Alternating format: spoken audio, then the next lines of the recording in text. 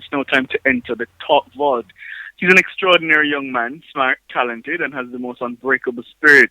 A survivor of bone cancer, Mario Spencer courageously decided to fight even when he was younger, as doctors suggested it may be time to let it go. He single-handedly decided to be hopeful.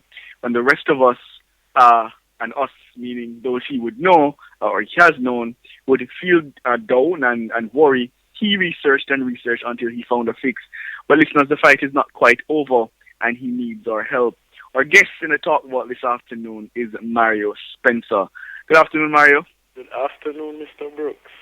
No, you can't call me Ricardo. You don't have to act like. So let me start by asking you. Give us a background as to the bone cancer situation that you had. When was it detected, and how old were you, and where are you now in the fight to overcome this? Well, it was in late 2009 when I was just playing football, and I felt a pain come on out of nowhere. Then I ignored it. I thought it was just a torn muscle or something. I ignored it for about 2 weeks, and it just wouldn't go away. I was losing sleep. I could hardly walk, and then one day I told my mom about it, and we started going to different doctors. Went to one doctor first and did an X-ray. He saw nothing wrong with it. He gave us painkillers and all that. Then went to another doctor. He looked at the same X-ray and saw a dark area. And right away he knew that it was cancer, but he wanted to be sure. So he referred us to another doctor at UWI, and we did a biopsy, which is they took a piece of the bone and tested it, and it came back that it was osteosarcoma, bone cancer. Mm-hmm. And that was in early 2010. I started chemotherapy like right away. Did around 9 cycles of chemotherapy, rigid chemotherapy, where I'd lay in a bed for about a week and just get drugs. And I did that for the whole year. And in 2011, it came that I had to do an operation, which was to replace the bone, the affected area. And the choice I went with that time was a human bone, which was not so expensive. Mm-hmm. So we went with that one. And we reached out, me and my mother, we reached out to a bunch of people to help raise funds. Mm-hmm. And they got on board, and we raised funds in no time to purchase the bone and pay the hospital bills and all that. Mm-hmm. Did that surgery, was in hospital for about 6 months after that surgery. That was in 2011. Mm-hmm. And it got infected during that time. I did about 8 operations that year alone. Mm-hmm. So it seems, Mario, that would have been a long process. Oh, and while you underwent that kind of treatment and hospitalization, how did the condition affect your life? I didn't allow it to affect me. I tried to keep a good spirit. I mean, in my head I was singing "A Joyful Heart is Good Medicine." My mother used to play that song all the time in the house. Mm-hmm. I just kept singing that song. While in the hospital, I asked my mother to bring a TV and my video game, and that was my joy. And I would just play that all day just to keep my mind off things. Mm-hmm.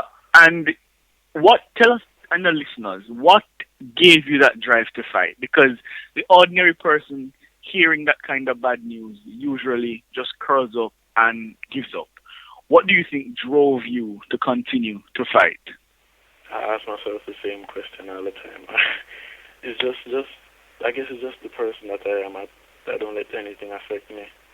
Really, I just try to push on with everything. Anything is possible. Even when you're staring death in the face, life is there. You can make it out of anything. Mm-hmm. Mm-hmm. And in terms of the support from your family and friends, what has that been like? It was tremendous. My friends were always there supporting me. My family as well. Really morally and physically. Yeah.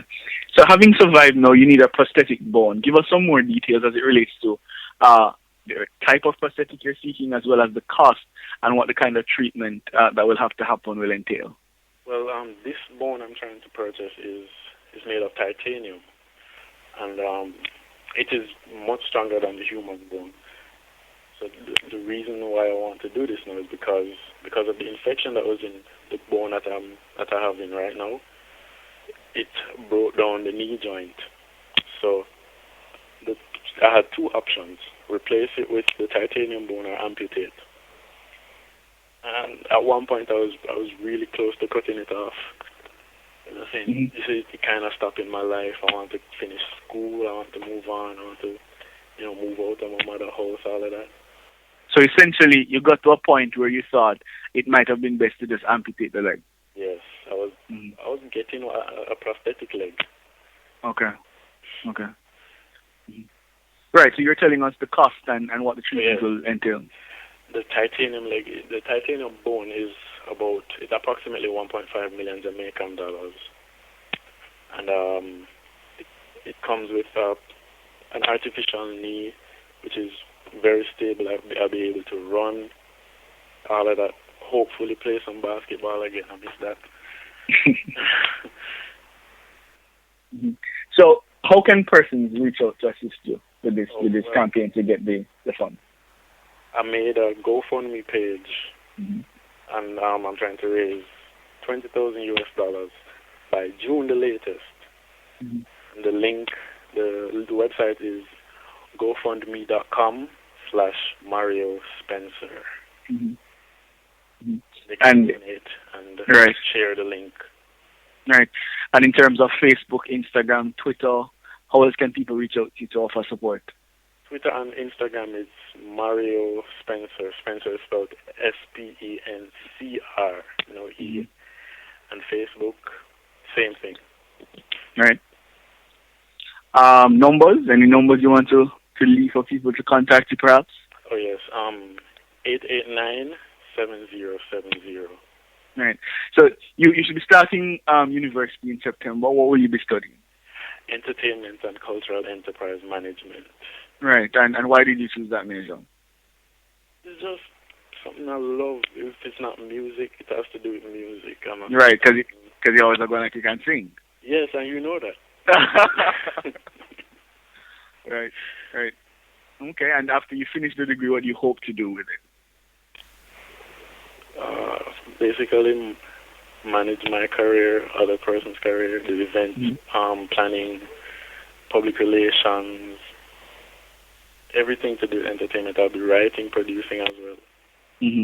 And if anybody is listening now that recently got a cancer diagnosis and they're listening to you, clearly full of life, clearly hopeful, what would you say to them? Keep happy.